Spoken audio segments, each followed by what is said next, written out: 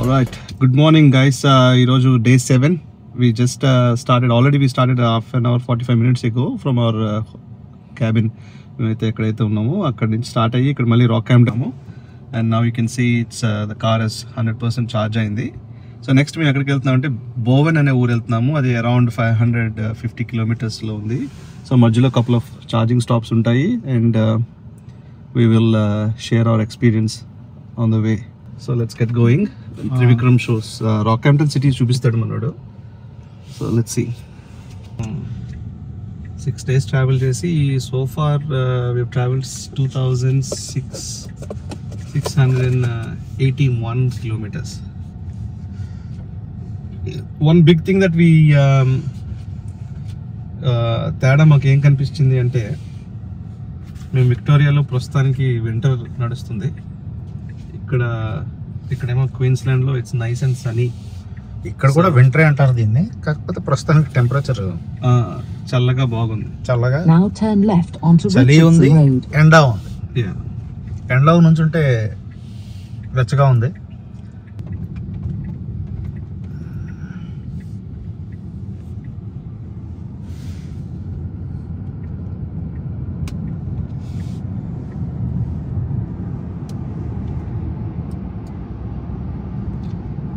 City అంతా కొంచెం చాలా బాగుంది. రోడ్లు కూడా విశాలంగానే ఉన్నాయి.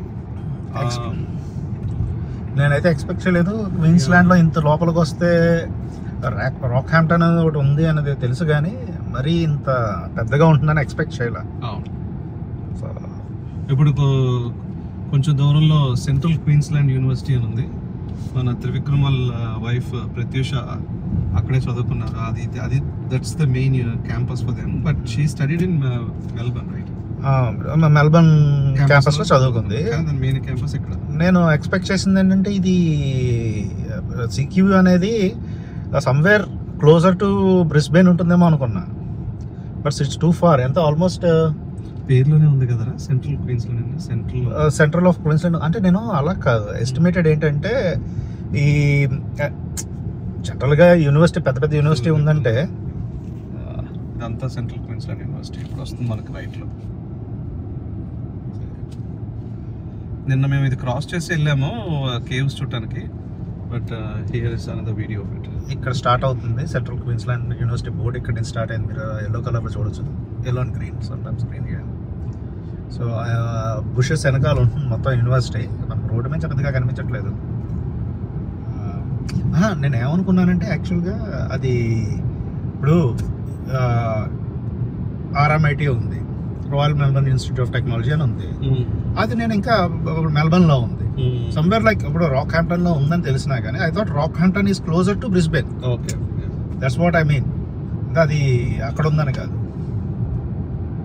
ఇది రాక్హాంప్టన్ బ్రిస్బేన్కి ఒక 1000 కిలోమీటర్ల దూరంలో ఉంది. బ్రిస్బేన్ 1000 కిలోమీటర్ల దూరంలో ఇంచుమించు.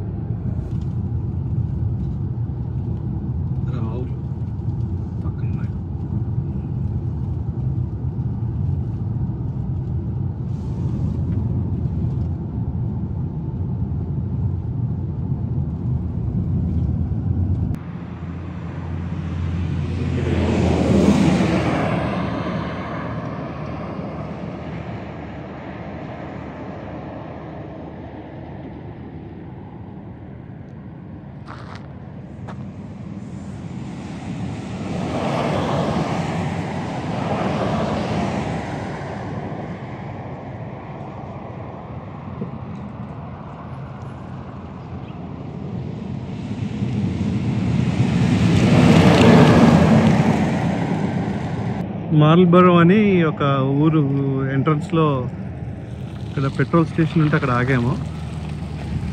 ఇక్కడ కార్ ఛార్జింగ్ జస్ట్ ఒక చిన్న టాప్అప్ చేయడానికి ఆగాము. It's between Rockhampton and Bowen. అదే ఛార్జింగ్కి ఇక్కడ లోకల్ పెట్రోల్ స్టేషన్కి వచ్చాం. అంటే అక్కడ ఛార్జర్స్ ఉన్నాయి. సో అక్కడ ఒకటే ఛార్జర్ ఉంది. ఈ లోపు వేరే వాడు మన దగ్గర అతను పెట్టుకుంటున్నాడు. అతను అయ్యే వరకు మనం పెట్టడానికి లేదు. సో టెస్లాలో కూర్చొని, టెస్లాలో ఒక ఐప్యాడ్ ఉంటుంది కదా, ఆ ఐప్యాడ్లో కూర్చొని నిన్న రాత్రి హైలైట్స్ చూస్తున్నాం. ఐప్యాడ్ కాదు చేస్తుంది. అదేలే, అది నువ్వేమంటావు దానేమో స్క్రీన్, దానేమో టెస్లా సిస్టమ్. అది సిస్టమ్ మొత్తం అంతా యాప్స్తో రన్ అవుతుంది కాబట్టి. నిన్న మ్యాచ్ హైలైట్స్ మేము లంచ్ వరకు ఆల్రెడీ చూసాం, 10 o'clock వరకు. తర్వాత పక్కన ఛార్జింగ్ పెట్టుకుంటున్నాడు, అది పెట్టుకున్న తర్వాత మేము కూడా జస్ట్ కొంచెం టాప్ అప్ చేసుకుంటాం.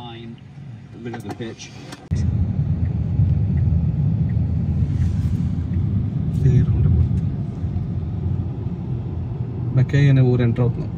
మెక్కాయికి ring road, and it is agricultural land. మొత్తం అంతా షుగర్ కేన్ ఫీల్డ్స్ ఉన్నాయి బాగా. అండ్ దూరంలో అక్కడ ఒక షుగర్ కేన్ డిస్టిలరీ ఏదో ఉంటారు కదా, షుగర్ కేన్ రిఫైనింగ్ ఫ్యాక్టరీ కూడా ఉంది అక్కడ. 2 kilometers enter the roundabout and take the second exit. Sugar cane fields. And ఇది మన ఊరు మెక్కాయి. ఇక్కడ ఊరికే లంచ్ చేసి will just charge up the car, then will proceed on to Bowen.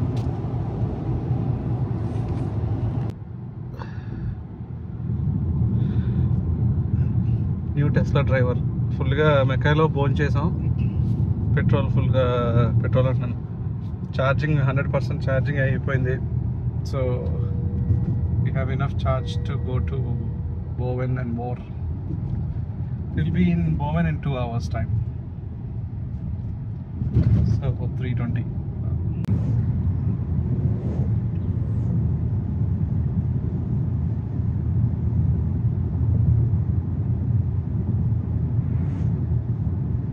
మేము Day 7 లో మనం స్టే చేసే దీని క్యాబిన్. ఇది జనరల్గా క్యారవెన్ పార్క్స్లో ఉండే క్యాబిన్లో స్టే చేస్తున్నాం కాబట్టి ఇది నెంబర్ 1 క్యాబిన్లో ఉన్నాం. Show you the cabin for today. నీట్గా మెల్బర్న్లో లా కాకుండా మంచి కొబ్బరి చెట్లు. ఫస్ట్ టైం నేను ఆస్ట్రేలియా వచ్చిన తర్వాత కొబ్బరి చెట్లు ఇవన్నీ చూడటం. నేను మెల్బర్న్ వెదర్కి ఇవన్నీ పండవు కాబట్టి పెద్దగా మాకు కనిపించవు. సార్ తిరిగిపోవచ్చంటే కనిపించవు. బెంచ్ ఇచ్చాడు.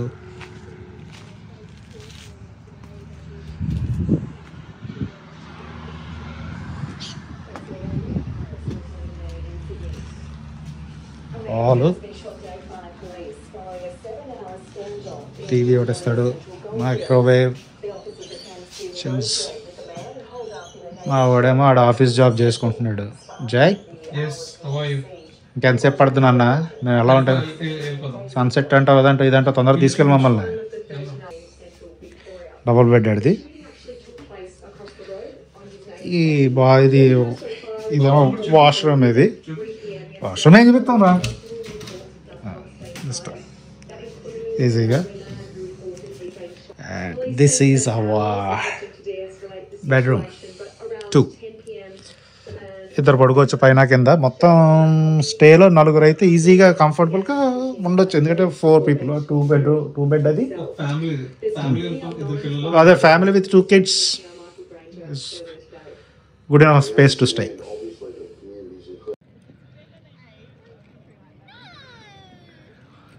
బోవెన్ హార్స్ షూ బెండ్ అనే ఒక బీచ్లో ఉన్నాము. We are enjoying sunset in Bowen.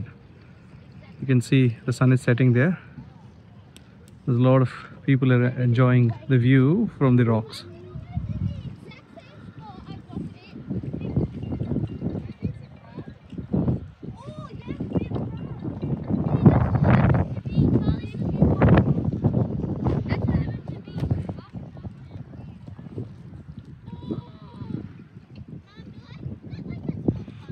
Even you can see there's a small catamaran or a yacht right in front of the sunset. That's causing a nice amount of shadows. There you go.